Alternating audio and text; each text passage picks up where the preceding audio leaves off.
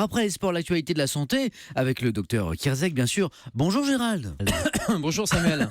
On vous retrouve à 11h30 dans Question de santé. Pourquoi je ris? Parce que ce matin, Gérald va nous expliquer comment calmer notre toux. D'abord, pourquoi tousse-t-on? Et est-ce qu'on tousse plus en hiver? En tout cas, moi j'ai l'impression que c'est le cas. Oui, parce que c'est irrité. Alors la toux, c'est quoi? C'est un symptôme, c'est un réflexe naturel de défense.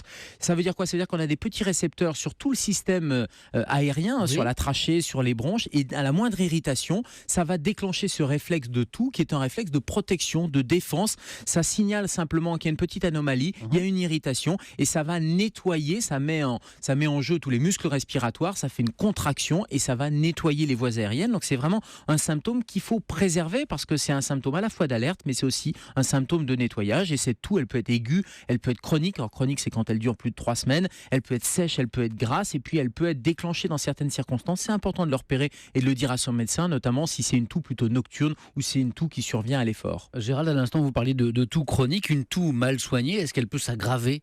Surtout, elle peut révéler quelque chose d'autre. Elle peut révéler une pathologie sous-jacente. Alors, généralement, c'est un symptôme qui fait suite à une infection virale, donc qui est bénigne, qui va passer au bout de 10-15 jours, la bronchite, la sinusite. Mais parfois, ça peut être bactérien, comme une pneumonie, par exemple, ou la coqueluche. Allez, juste 3 petits trucs diagnostiques qui sont importants à repérer. Chez l'enfant, ça peut être un corps étranger. Il a avalé quelque chose de travers, il a inhalé un corps étranger, et là, tout, ce corps étranger est passé inaperçu, peut être un symptôme. Il faut en parler à son médecin. Deuxièmement, une toux nocturne. Si ça survient systématiquement la nuit, c'est peut-être un reflux gastro-œsophagien. Et il y a un bon test, c'est de dormir la tête un peu surélevée. Si la toux disparaît, c'est peut-être un reflux. Là aussi, parlez-en à votre médecin. Et puis, troisième chose, il y a certains médicaments qui peuvent déclencher la toux. Donc, c'est important, là aussi, de repérer la liste des médicaments. Et cette toux, Gérald, comment on la soigne? Comment on la fait passer?